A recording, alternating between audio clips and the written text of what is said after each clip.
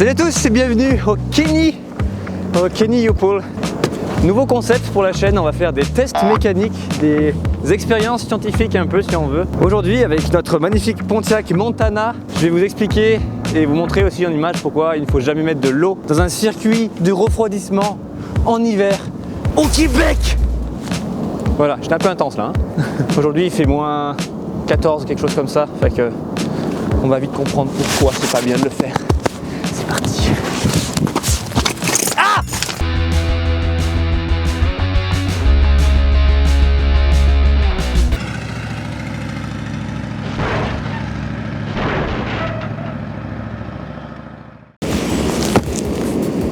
J'ai fait de la gymnastique quand j'étais au collège.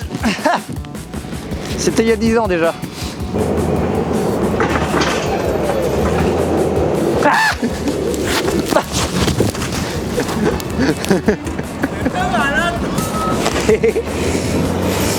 Pour ce nouveau concept, nous sommes donc au Kenny de Montréal. Il nous offre gracieusement les voitures et la place pour faire nos tests un peu bizarres. C'est cool, on va apprendre beaucoup de choses. Et on va pouvoir faire des cascades aussi. Enfin, on s'en verra plus tard.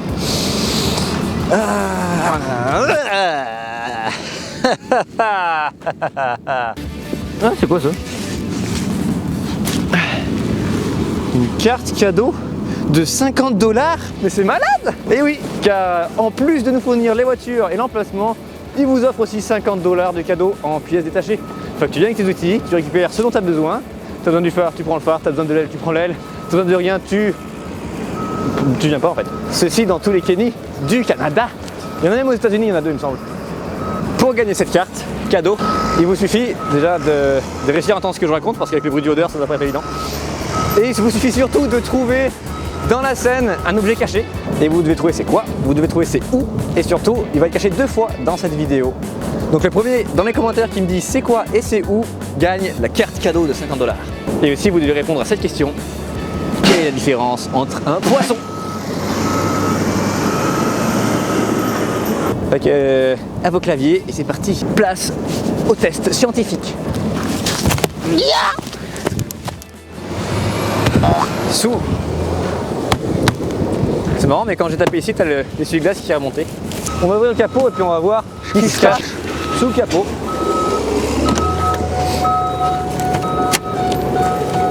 Ça va marcher, là? Ah oui, c'est ouvert. Ok, c'est pas par là.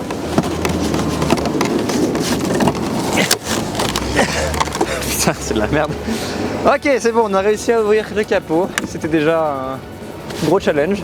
Sous ce magnifique capot, nous trouvons le V6. V6, donc 3.4, si je me fie à ce qui est marqué dessus. Et c'est pas mal le moteur qu'on trouvait dans tous les General Motors de cette époque-là, anyway, hein, dans les Buick, dans les Impala, dans les tout ce qu'ils faisaient à l'époque. Je me fais attaquer pour les essuie-glaces. Bref, putain, il y en a du bordel ici. Hein. Oh là là, ça faisait longtemps que j'ai pas vu un moteur comme ça. Donc le but de la vidéo, ça va être de mettre de l'eau dans le radiateur, d'enlever l'antigel avant bien sûr, et de voir ce que ça fait quand on laisse la voiture dormir 2-3 jours tranquille dehors, dans la neige, dans le froid canadien. Ah, il est même pas fermé, t'es sérieux? J'ai dit fermé! Bon, ok, reste ouvert, t'as raison.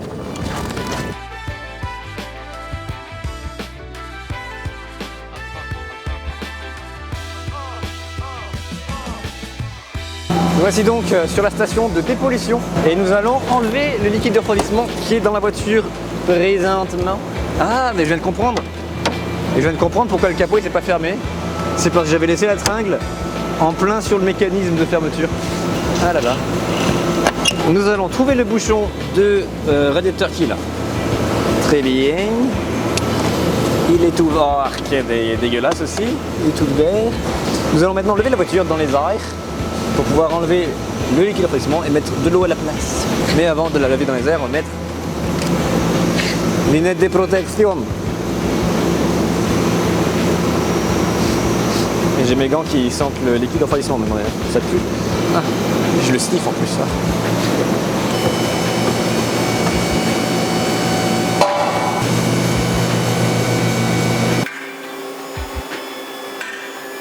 Maintenant, nous allons chercher... Ah, la neige qui est tombée dans la Manche. C'est froid. On va essayer de trouver le bouchon de vidange du radiateur. Alors si je dis pas de conneries, il y en avait un à une époque. Je vois rien avec ces lunettes. Alors le bouchon de vidange du radiateur sur cette épave, c'est où? Est-ce qu'il y en a un? Pas que là mes enfants, ce que nous allons faire, on va juste faire un trou dans le tuyau de radiateur pour vider le liquide de refroidissement et nous allons remplacer par de l'eau.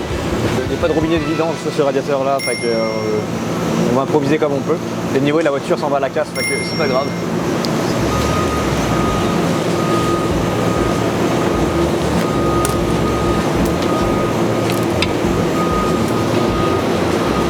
Ok. Fait que il est vert. C'est marrant, j'ai l'impression d'être de retour à mon ancien job.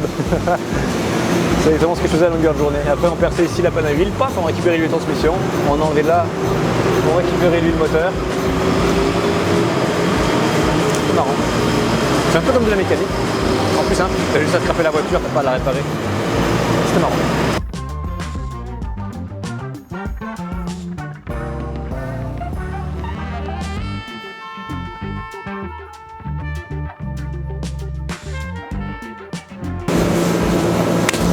Maintenant, tu vas te pencher en avant et tu vas tousser très fort. Donc là, comme nous pouvons le constater, il n'y a plus beaucoup de liquide de refroidissement. On va pouvoir enlever la machine, descendre la voiture et remplir le radiateur d'eau. Ok, c'est parti, on enlève ça.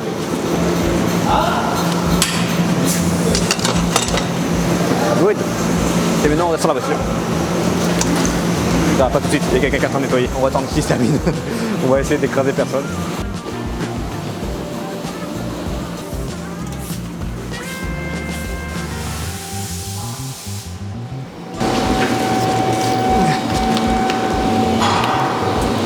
Fais venir le serpent jusqu'à la voiture.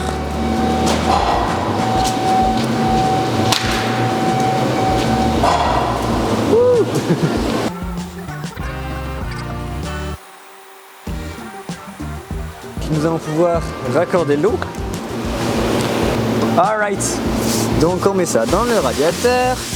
Et là on va mettre de l'eau tout doucement parce que sinon ça en fout de partout.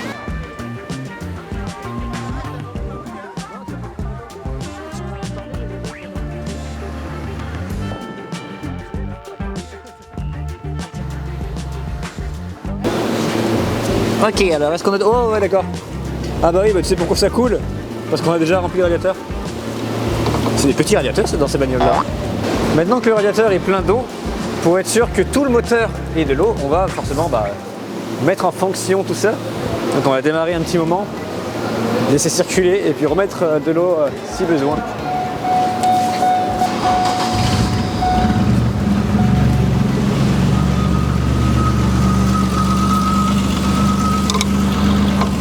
Effectivement, on va en mettre un petit peu.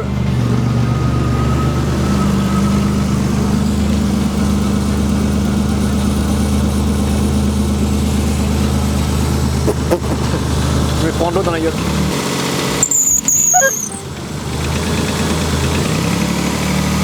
Bon ok, anyway.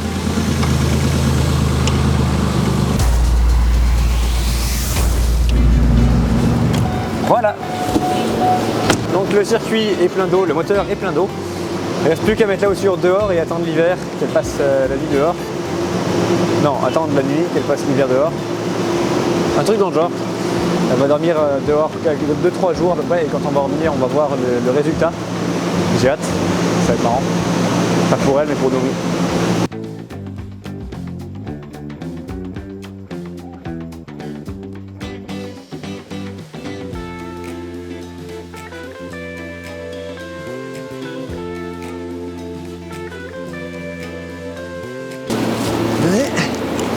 Et comme Pigou, je m'en vais dans mon igloo.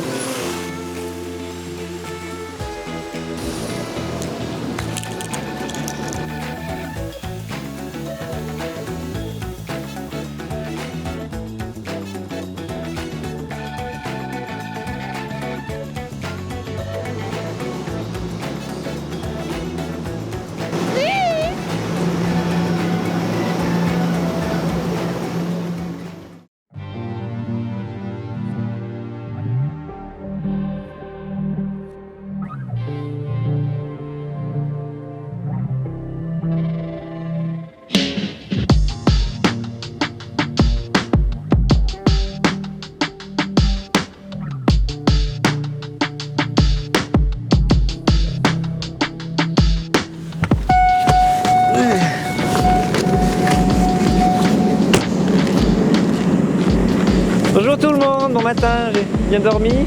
Oui, ouais, moi aussi, un peu froid quand même, cette nuit dans la voiture. Aujourd'hui, nous allons enfin pouvoir voir les résultats de notre expérience scientifique. Ça fait à peu près 3 jours maintenant que la voiture est dehors. Aujourd'hui, c'est un peu plus chaud que d'habitude, il fait seulement moins 28. Donc je sais pas si ça aura le temps de bien geler correctement. On va voir ça tout de suite. Tadam! Bon alors, visuellement, il n'y a rien de choquant. Je suis un peu déçu, je m'attendais vraiment à voir un morceau de moteur pété carrément. Les durites, elles ont l'air d'être bien dures par contre. Alors l'eau qui est dedans a bien gelé quand même. Celle du bas ici aussi. Je vois rien d'autre à part ça. Ce qu'on va faire, on va démarrer la voiture tout simplement, puis on va voir ce qui se passe, si elle démarre, et si elle démarre, si elle fait des bruits bizarres. Oh my god, les essuie-glaces sont encore vivants. Oh putain, il démarre. Ok. Oh putain, ça pue là-dedans. Wow.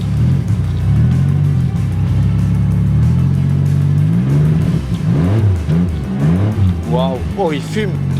Waouh.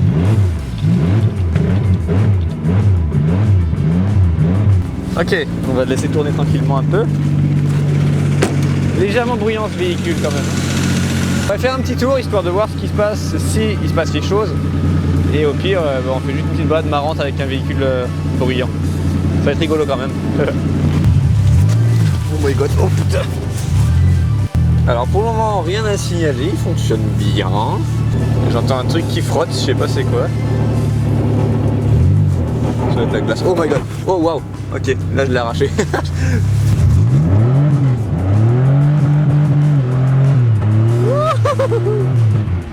Oh my god. Bon bah je suis déçu. Putain il se passe rien, il roule toujours aussi bien. Merde alors. Pour le moment la sonde de température a pas l'air de monter. Elle bouge même juste pas du tout. Alors c'est possible que finalement ce soit complètement gelé là maintenant.